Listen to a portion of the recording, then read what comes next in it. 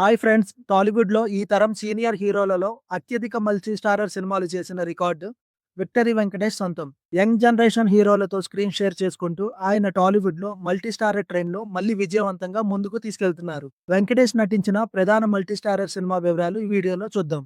'సీతమ్మ వాకిట్లో సిరిమల్లె చెట్టు' తెలుగు చిత్రసీమలో ఆధునిక మల్టీ స్టారర్ ట్రెండ్‌కు గ్రీన్ సిగ్నల్ ఇచ్చిన క్లాసిక్ ఫ్యామిలీ డ్రామా ఇది.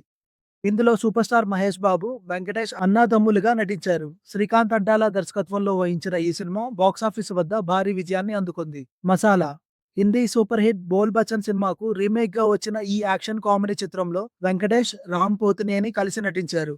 ఈ చిత్రంలో Venky body language, comedy timing ప్రేక్షకులను ఎంతగానో నవ్వించాయి. 'గోపాల గోపాల' బాలీవుడ్ చిత్రం 'ఓ మై గాడ్' రీమేక్‌గా తెరకెక్కిన ఈ చిత్రంలో పవర్ స్టార్ పవన్ కళ్యాణ్ దేవుడిగా, వెంకటేష్ ఒక సామాన్య నాస్తిక దుకాణదారుడిగా అద్భుతమైన నటన కనబరిచారు. వీరిద్దరి కాంబినేషన్ సీన్లు థియేటర్లలో ప్రేక్షకులను బాగా ఆకట్టుకున్నాయి. 'ఎఫ్2' మరియు 'ఎఫ్3' దర్శకుడు అనిల్ రావుపూడి తెరకెక్కించిన ఈ హిలేరియస్ ఫ్రాంచైజ్‌లో వెంకటేష్ యంగ్ హీరో వరుణ్ తేజ్ కో బ్రదర్స్‌గా నటించారు. భార్య బాధితులుగా వీరిద్దరూ పండించిన కామెడీ థియేటర్‌లో నవ్వుల పువ్వులు పూయించి కమర్షియల్‌గా పెద్ద సక్సెస్ సాధించింది. 'వెంకీ మామ' వెంకటేష్ తన రియల్ లైఫ్ మేనల్లుడు అక్కినేని నాగచైతన్యతో కలిసి చేసిన పూర్తి స్థాయి మల్టీ స్టారర్ చిత్రం ఇది. బాబీ దర్శకత్వంలో వహించిన ఈ మూవీలో వీరిద్దరూ నిజ జీవితంలో లాగే మామ మేనల్లుగా నటించి మెప్పించారు.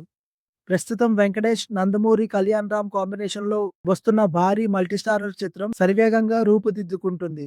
2027 సంక్రాంతి కానుకగా థియేటర్‌లోకి రానుంది. మరి వెంకటేష్ మల్టీ స్టారర్స్‌లో మీకు నచ్చిన సినిమా ఏదో కామెంట్ చేయండి. వీడియోని లైక్ చేసి, షేర్ చేసి, సబ్స్క్రైబ్ చేయడం మర్చిపోకండి. Thank you for watching.